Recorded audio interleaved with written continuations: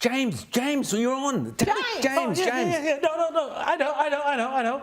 Hi there. Yes, Rowan and Rita. I know. Oh, we're on air. Jeez. Sorry, I was just going Miles over away. my list here, guys. What's Had a the little list? It's a list of politicians and government types who have been charged with crimes, and let's see here whether or not they've been indicted or not. So, let's see. So we got here Hillary Clinton having a secret email server in her basement to talk to foreign governments and God knows who else when she was Secretary of State.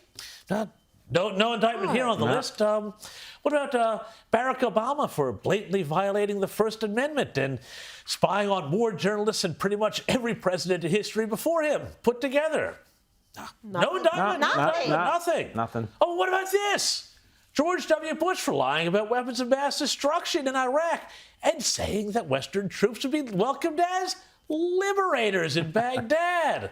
No, nothing there. No. Gosh, I'm sure there must be an indictment here on this list somewhere. Oh, wait, what about Joe Biden? Apparently having a huge access paddling scheme with his kid Hunter. No. Or how about Joe Biden storing classified materials in his garage with his classic Corvette? Still nothing. He's not in trouble for that. Surely, look at this list. Keeping classified stuff around as far back as 50 years ago would be a problem, right?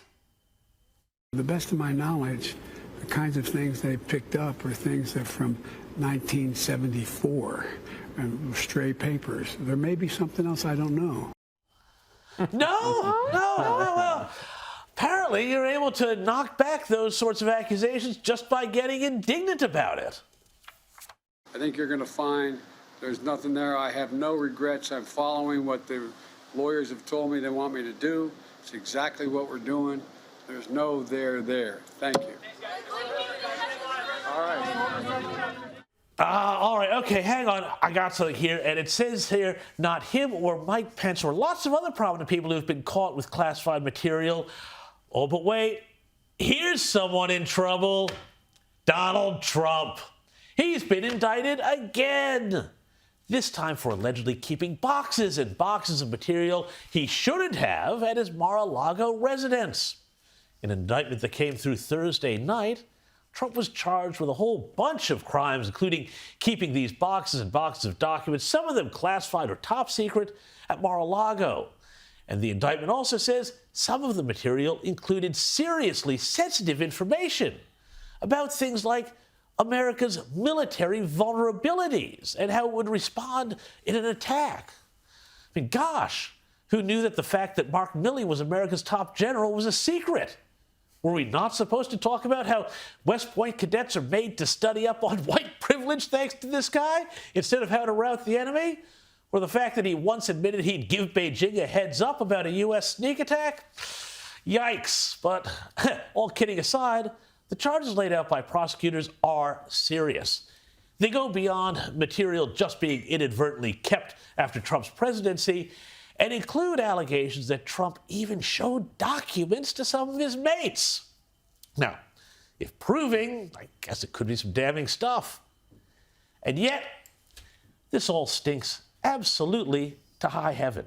Because putting aside the legal merits of the case against Trump and the attempt by prosecutors to throw the book at him via the Espionage Act of all things, this is nothing more than a highly political act by prosecutors. And I don't care if you want Donald Trump or Ron DeSantis or Robert Kennedy or, God help us, Joe Biden to win the election next November.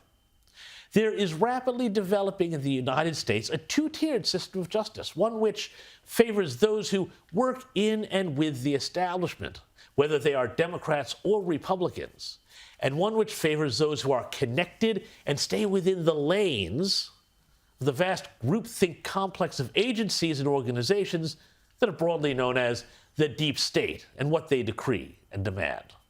Now, all of this is going to have some very interesting ramifications. Trump naturally is protesting his innocence, as with the last time he was indicted, that time by showboating New York District Attorney Alvin Bragg. But also, and to his great credit, Trump's number one rival, Ron DeSantis, is saying much the same thing.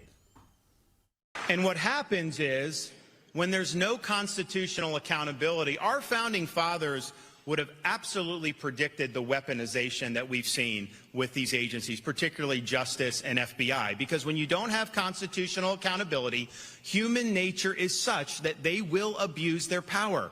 And that's what's happened. Nobody has held them accountable. And, you know, look, when I was in Congress, I remember, you know, Hillary had the emails with the classified. And my view was, well, gee, you know, as a naval officer, if I would have taken classified to my apartment, I would have been court-martialed in a New York minute. And yet they seem to not care about that. And is there a different standard for a Democrat Secretary of State versus a former Republican president? I think there needs to be one standard of justice in this country. Ron DeSantis is absolutely right. This is nothing more than a political hit to damage Trump's prospects of returning to the White House, as many on the left are quietly and not so quietly admitting. But look at this.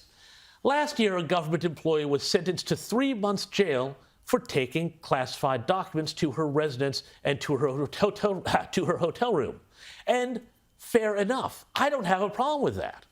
But if prosecutors are really going to go down the same road with Trump, either to put him in jail or more likely just to tie him up and smear him so he can't be president again, then they need to do the same thing with everyone else who's been accused of similar or other sorts of misdeeds, including Joe Biden, who a whistleblower report suggests was at the center of a $5 million foreign pay-for-play bribery scheme, as well as a host of others like James Comey and John Brennan, who lied under oath to Congress, and former FBI official Andrew McCabe, who lied to investigators over a whole series of matters, all of them having ties to the Get Trump agenda. But we all know that will never happen.